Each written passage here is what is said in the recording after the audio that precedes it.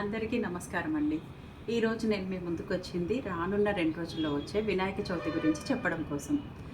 ఈ వినాయక చవితిని ఎందుకు చేస్తారంటే సాక్షాత్తు ఆది దంపతులైన ఆ శివపార్వతుల కుమారుడైన వినాయకుని పుట్టినరోజు సందర్భంగా మనము ఈ వినాయక చవితిని చేస్తాము. ఇటువంటి వినాయక చవితి రోజు మనం చేసేటటువంటి తప్పులు, ఒప్పులు ఏంటి అనేది తెలుసుకోవడం కోసమని మీ ముందుకు వచ్చాము. వినాయక చవితి చేయడం వలన మనము ఎటువంటి కార్యక్రమాలు ప్రారంభించినా, ఏ పని చేసినా ఎటువంటి ఆటంకాలు లేకుండా ఆ గణనాథుని ఆశీర్వచనాలు మనకి లభిస్తాయని మనము ఈ కార్యక్రమాన్ని చేపడుతున్నాము. కానీ మనం చేసే చిన్న చిన్న పొరపాట్ల మూలాన ఆ గణనాథుని కృపా కటాక్షాలకు బదులు ఆగ్రహానికి గురవ్వాల్సి వస్తుంది. ఈ గణపతి పూజలో ముఖ్యంగా మనం చేయకూడని పనులు ఏంటంటే తులసి ఆకును అసలు వాడకూడదు. గణపతికి తులసి ఆకు అనేది నిషిద్ధం. అలాగే పాలవెల్లి లేకుండా కూడా గణపతిని పెట్టకూడదు. దాంతోపాటు మనకి బంకమట్టితో చేసిన గణపయ్యను మాత్రమే మనము వాడాలి. బంకమట్టితో చేసిన విగ్రహాలు కాకుండా పిఓపి ఇలాంటివి వాడడం వలన మరియు కెమికల్స్ ఎక్కువగా ఉన్న వినాయకులను వాడటం వలన వాతావరణం కలుషితం అవుతుంది. ఇలా చేయడం వలన మనకు వచ్చే పుణ్యానికంటే పాపమే ఎక్కువగా ఉంటుంది. అందుకని మనము కేవలం బంకమట్టితో చేసిన గణపయ్యను మాత్రమే తీసుకొచ్చుకోవాలి. అదేవిధంగా గణపయ్యకి 4 హస్తాలు ఉండాలి.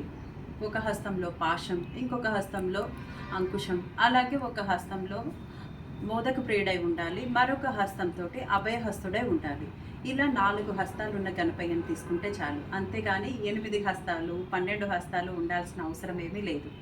అలాగే బొజ్జ గణపయ్యకి దంతాలు సమానంగా ఉండకూడదు. ఒక దంతం చిన్నగా ఉండాలి, ఇంకొక దంతం పెద్దగా ఉండాలి. అలాగే బొజ్జ గణపయ్య బొజ్జ చుట్టూతా నాగాభరణం ఉండాలి. దాంతోపాటు గణపయ్య మీద యజ్ఞోపవీతం కూడా ఉండాలి. గణపయ్య మూషిక వాహనుడు. మూషికం అనేది ఖచ్చితంగా ఉండేలాగా చూసుకోవాలి. ఇవన్నీ ఉండే విధంగానే మనము గణపయ్యని చూసి తీసుకోవాలి. ఇలా కాకుండా మనం ఏం చేస్తున్నాం ఇప్పుడు, బాహుబలి గణపతి, గబ్బర్ సింగ్ గణపతి, పుష్ప గణపతి అని వింత వింత పోకడలకు పోయి వింత వింత గణపయ్యలను తీసుకుంటున్నాం. ఇలా చేయడం వల్ల ఆయన కోపానికి మనం గురి కావాల్సి వస్తుంది.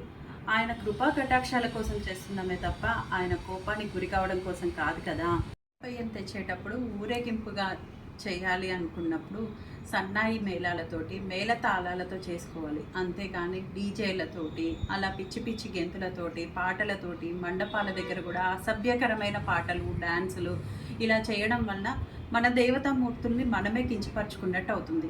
అంతేకాకుండా అన్య మతస్థులకు కూడా మనము చులకనైపోతాము. మనం నేర్పించేదే మన పిల్లలకు వస్తుంది, అంతే కదా. ఏముంటుందండి, మనం ఎలా చేస్తామో మన పిల్లలు కూడా అలాగే ఫాలో అవుతారు. మనము దేవుళ్ళ మండపాల దగ్గర ఏం చేయాలి, మన పురాణాల గురించి చెప్పాలి, దేవుడి శ్లోకాలు చదివించాలి, గీత గురించి బోధించండి, ఇంకేదైనా దేవుడికి సంబంధించినటువంటి స్మరణ చేసుకోండి. ఇలా చేయడం వలన మనకి దేవుడి దేవగ్రహం అనేది మనము పొందుతాము.